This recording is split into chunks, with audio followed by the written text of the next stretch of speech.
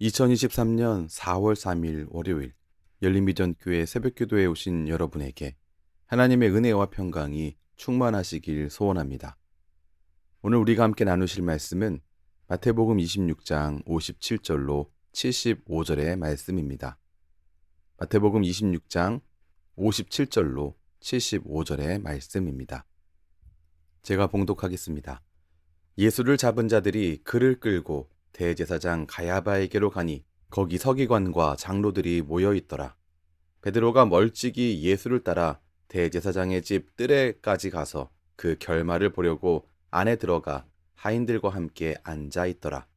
대제사장들과 온 공회가 예수를 죽이려고 그를 칠 거짓 증거를 찾으매 거짓 증인이 많이 왔으나 얻지 못하더니 후에 두 사람이 와서 이르되 이 사람의 말이 내가 하나님의 성전을 헐고 사흘 동안에 지을 수 있다 하더라 하니 대제사장이 일어서서 예수께 묻되 아무 대답도 없느냐 이 사람들이 너를 치는 증거가 어떠하냐 하되 예수께서 침묵하시거늘 대제사장이 이르되 내가 너로 살아계신 하나님께 맹세하게 하노니 내가 하나님의 아들 그리스도인지 우리에게 말하라. 예수께서 이르시되 내가 말하였느니라. 그러나 내가 너희에게 이르노니 이후에 인자가 권능의 우편에 앉아 있는 것과 하늘 구름을 타고 오는 것을 너희가 보리라 하시니 이에 대제사장이 자기 옷을 찢으며 이르되 그가 신성모독하는 말을 하였으니 어찌 더 증인을 요구하리요.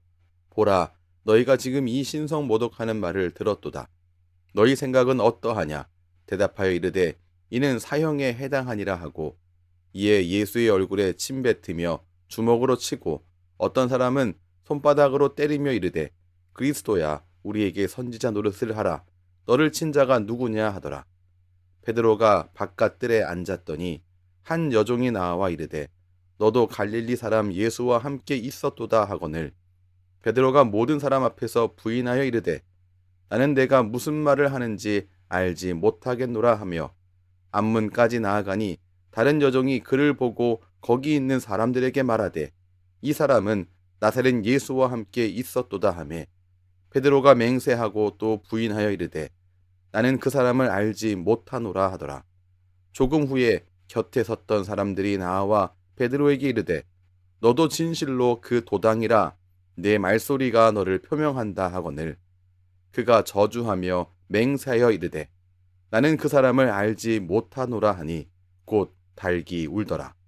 이에 베드로가 예수의 말씀에 닭 울기 전에 내가 3번 나를 부인하리라 하심이 생각나서 밖에 나가서 심히 통곡하니라. 아멘. 오늘 본문은 대제사장 가야바의 집에서 열린 공의회의 내용입니다. 그들은 예수님을 재판했고 사형을 선고했습니다. 하지만 예수님의 이 재판은 불법 재판이었습니다. 무작정 체포한 후에 재판에 필요한 죄목을 찾는 모든 과정과 절차가 불법이었습니다. 재판이 정식으로 시작되기도 전에 이미 예수님이 죽어야 한다는 결정을 내린 상태였습니다. 그리고 59절과 60절을 보면 예수님에게 불이한 증언을 해줄 거짓 증인들을 구했음을 알 수 있습니다. 또한 예수님을 위한 어떠한 이 변호를 준비하거나 조언을 구할 수 있는 이러한 기회가 허용되지 않았고요. 당시 종교법에 의하면 이렇게 밤에 재판을 하는 것이 불법이었는데 야간에 심리가 진행되었음을 알 수 있습니다. 이때 대제사장의 신문 내용을 우리가 함께 봐야겠습니다. 그는 예수님에게 자신의 고소자들에 대한 고소 내용에 답하고 자신을 변호하라고 요구했습니다. 62절과 63절 말씀을 보시면 이 일들에 대해서 예수님이 침묵하셨음을 알 수 있습니다. 예수님이 왜 침묵하셨는가? 예수님은 자신에 대해 거짓 증거를 늘어놓는 이들에 대해서 말할 필요를 전혀 느끼지 못하셨습니다. 그 내용이 혼란스럽고 왜곡된 증거에 기초한 것들이었기 때문입니다. 그러자 이 대제사장이 두 번째 신문을 하는데요. 63절 말씀에 내가 너로 살아계신 하나님께 맹세하게 하노니 내가 하나님의 아들 그리스도인지 우리에게 말하라. 이렇게 말했습니다. 첫 번째 신문에는 침묵하셨던 것과 달리 이 두 번째 질문에는 만약 답하지 않는다라고 하면 예수님의 신성과 예수님의 사명을 부정하는 것이 되어버립니다. 그러나 만일 예수님이 이것에 대하여서 긍정으로 대답한다면 이들은 당연히 이것을 신성 모독으로 끌고 가서 예수님에게 사형을 언도할 게 너무나 뻔히 보입니다. 그러나 예수님은 주저하지 않고 말씀하셨습니다. 침묵하지 않으셨습니다. 64절을 보시죠. 예수께서 이르시되 내가 말하였느니라. 그러나 내가 너희에게 이르노니 이후에 인자가 권능의 우편에 앉아 있는 것과 하늘 구름을 타고 오는 것을 너희가 보리라 하시니. 예수님은 두 가지의 이야기를 하셨습니다. 첫 번째, 자신이 그리스도이다라고 하는 사실을 말씀하셨습니다. 그리고 이 두 번째는 그들이 죽이는 이 예수님이 하나님 우편에 앉아 있을 것과 더불어서 마지막 심판주로 오실 것을 너희가 보게 될 것이라고 말씀하셨습니다. 예수님은 이 선언으로 말미암아 유죄가 확정될 것을 알고 계셨지만 그것에 개의치 않으셨습니다. 사람들 앞에서 자신이 그리스도이심을 선언하셨고 또한 그리스도로서 말하고 행동하셨습니다. 같은 자리에 멀찍이 떨어진 곳에 베드로가 있었다고 오늘 58절 말씀이 말씀하고 있습니다. 베드로는 멀찍이 있었지만 예수님의 신변에 일어나는 일을 염려하여서 재판자리까지 따라간 유일한 제자였습니다. 그런데 그에게 난처한 상황이 생긴 것을 69절부터 74절의 내용에서 확인할 수 있습니다. 먼저 그에게 가까이 있었던 한 여종이 너도 예수와 함께 있었다라고 말했습니다. 갑작스러운 이 상황 속에 베드로는 예수님을 부인했습니다. 예수님과 자신이 상관없다고 말한 거죠. 그런데 71절 보니까 다시 다른 여종이 또 물었습니다. 이번에 이 베드로는 맹세하고 다시 예수님과의 연관성을 부인했습니다. 첫 번째 부인보다 좀 더 강한 부인을 한 것 볼 수 있습니다. 73절을 보니까 조금 후에 곁에 섰던 사람이 또다시 물었습니다. 너도 그 도당이라. 너도 분명히 그들 중에 하나다라고 물었습니다. 그러자 베드로는 아까보다 더 강하게 부인하고 있습니다. 저주하고 맹세하여 부인했다라고 74절 말씀에서 말씀하고 있습니다. 베드로가 예수님을 부인하는, 예수님과의 연관성을 부인하는 강도가 점점 강해졌음을 볼 수 있습니다. 베드로는 예상하지 못한 상황에서 실족하고 말았습니다. 그는 칼을 준비하여서 싸울 준비는 되어 있었던 사람입니다. 하지만 사람들의 비난을 담당할 준비는 되어 있지 않았습니다. 성도 여러분, 베드로의 이 상황과 우리의 상황이 전혀 상관이 없는 것처럼 느껴지십니까? 베드로의 그 상황을 똑같이 우리가 만나질 않지만 그것과 유사한 상황들을 사실 우리가 만나고 있습니다. 예수와 함께 있다. 너도 그들 중 하나다. 라고 하는 이 말 자체가 사실 비난의 말은 아니잖아요. 그런데 이 말이 너도 예수와 함께 있다.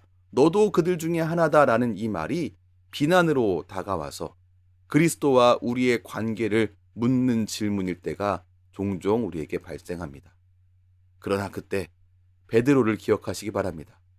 베드로의 실패에 동참하지 마시기 바랍니다. 베드로의 작은 부인은 점점 커져서 더 강력한 예수님 부인으로 나타난 것을 볼 수 있습니다.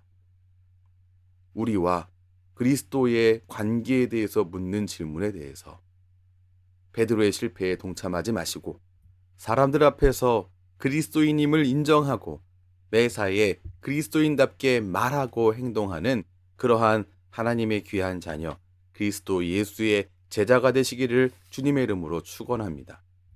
그런데 이야기는 여기서 끝나지 않습니다. 베드로가 만났던 이 황당한 일, 이 안타까운 일은 베드로에게 결정적인 사건이 되었습니다. 이렇게 3번 부인했을 때 닭이 울었고 예수님의 말씀, 오늘 닭이 울기 전에 내가 3번 나를 부인하리라 하는 이 말씀이 생각났기 때문입니다. 근데 이 누가복음은 더 놀라운 사실을 말해주고 있습니다. 누가복음 22장 61절은 바로 이렇게 베드로가 3번 부인했을 때에 달기 울었고 그때 예수님이 베드로를 돌이켜 보셨다라고 말하고 있습니다. 분명 이날은 베드로 생애 최악의 날이었습니다. 그러나 그는 이 굴욕적인 경험을 자책으로 끝내지 않았습니다. 오늘 말씀에서 보시면 베드로가 밖에 나가서 심히 통곡하니라라고 말씀하고 있는데 슬픔과 회개의 눈물로 나아간 이 베드로에게 예수님은 용서와 새로운 힘과 다시 살아갈 수 있는 능력을 주셨습니다. 이 사건을 통하여서 베드로가 완전히 변한 것을 볼 수 있습니다. 충동적인 추종자에서 지혜로운 제자로 바뀌었고 결국 그리스도께서 자기의 교회를 세우는데 매우 필요한 사람으로 핵심적인 사람으로 바뀌었습니다. 오늘 말씀을 정리하겠습니다. 예수님은 불법적인 재판 과정 중에 침묵하셨습니다. 그러나 결정적인 순간에 분명 그때는 자신에게 불리한 결과가 내려질 것이 분명한 때였는데 예수님은 주저하지 않으시고 자신이 그리스도라고 하는 사실과 그리스도의 사역이 무엇인지를 드러내셨습니다. 예수님의 이 모습이 우리가 닮아가야 할 모습입니다. 예수님과 가까이 있었던 베드로는 그 삶을 살아내지 못했습니다. 오늘날 우리에게 동일한 베드로가 만났던 바로 이 상황이 동일하게 펼쳐집니다. 바로 그때 베드로의 실패에 동참하는 것이 아니라 예수님의 그 모습을 우리 삶 속에서 드러내는 진정한 예수 그리스도의 제자된 삶을 살아내는 우리 모두가 되기를 소원합니다. 사람들 앞에서 내가 그리스도인이라고 하는 이 사실을 드러내는데 주저하지 않는 하나님의 귀한 자녀 모두 되시기를 주님의 이름으로 축원합니다. 기도하겠습니다. 하나님 감사합니다. 우리를 주님의 귀한 제자 삼아주시니 감사합니다. 주님의 제자된 우리가 어떠한 삶을 살아야 하는지 오늘 말씀 통해서 확인하게 하시니 감사합니다.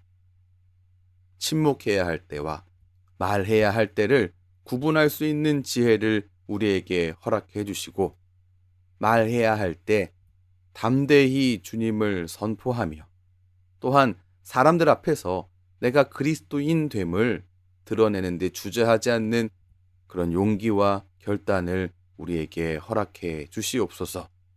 오늘도 주님을 닮아가는 소중한 날 되기를 소원하오니 은혜 베풀어 주시옵소서. 예수님 이름으로 기도합니다. 아멘. 우리 주 예수 그리스도의 크신 은혜와 하나님 아버지의 무한하신 사랑하심과 성령 하나님의 감화교통 인도하심이 주님의 귀한 모든 자녀의 삶 가운데에 때마다 일마다 충만하게 넘치시기를 축원하옵나이다. 아멘.